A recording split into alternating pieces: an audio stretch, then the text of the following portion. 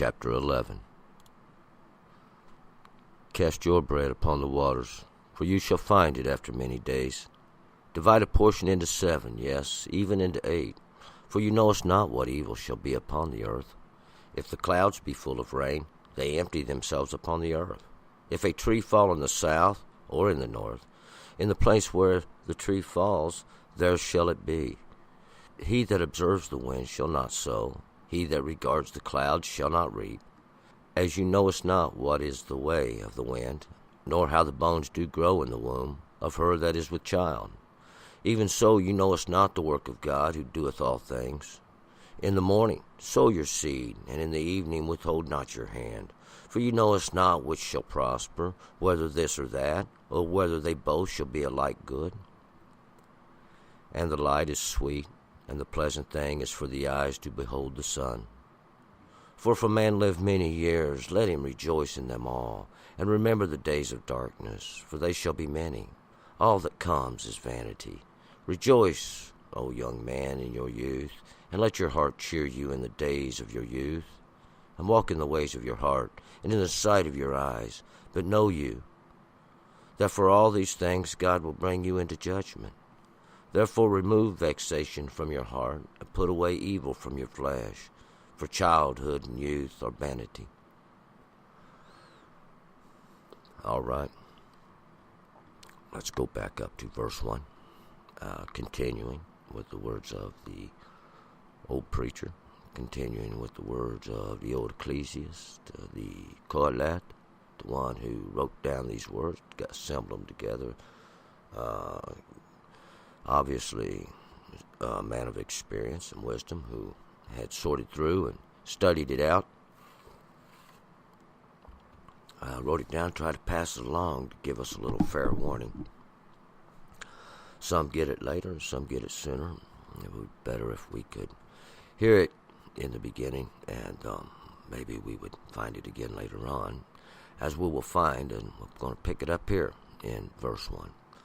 Cast your bread upon the waters, for you shall find it after many days. Cast your bread, cast your substance, cast that, and we can look at this many different ways. This bread, it could be represent the bread of affliction. It could be the water of bread. It could be the much of bread. Anyway, we could cast it out upon the waters. The water, and this is a tradition around Rosh Hashanah, because to take a portion of bread and go down and to tear it to pieces, and cast it upon the water, to show you that if we will take time to think about this, and we're going to find it's going to come back to us. We're going to get the lesson from it later on, or the reward is going to return from it. 2, divide a portion into 7, yes, even into 8, for you knowest not what evil shall be upon the earth. And divide it into a portion into 7. 7 would be to accomplish things, get it, to finish it. 8 is even, when it's finished, we may have like a new beginning, that things can continue. There's one after that's finished, and that's that rebirth, that new chance to correct. It's to be corrected and be able to move on, because you don't know what evil's upon the earth. You don't know what chance is going to befall you as you go through life. Basically, what it comes down to, and when things don't turn out like we want to be able to receive a correction and come out all right later on down the road. 3, if the clouds be full of rain, they empty themselves upon the earth. If a tree fall in the south or in the north, in the place where the tree falls, there it shall be. And it's just the way it is. When the clouds get full of rain, it rains. No particular place, just when it happens, it does, and you may be there, or you may be somewhere else. You may not get caught in the rain, you may get caught in it. But when it happens, it does, and it ain't just to rain on you. And if a tree falls in the south or in the north, it doesn't matter where the tree falls. The tree doesn't really represent anything here other than something that is falling. It doesn't matter, because wherever it falls, that's where it'll happen. It doesn't fall everywhere, only where it is. 4. He that observes the wind shall not sow, and he that regards the clouds shall not reap.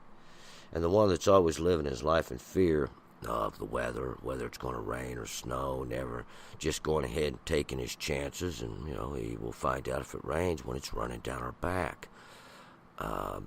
He's gonna fare a little better.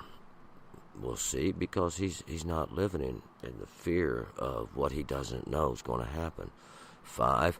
As you know not what is the way of the wind, nor how the bones do grow in the womb of her that is with child, even so you know not the work of God who does all things. And it's just the same way. You don't know which way the wind's going to blow, or which way the wind's blowing, how hard it's going to blow, if the wind's going to blow right where you're at. You don't know how the bones grow, or what caused the bones to be separate from the muscle and then the tissue and the organs and all this, and why wasn't it all one clump of bone or whatever? You don't know how this. We don't know how. We ain't considered everything yet. They're still working on it. Even so, you know not the work of God. You're still working on it.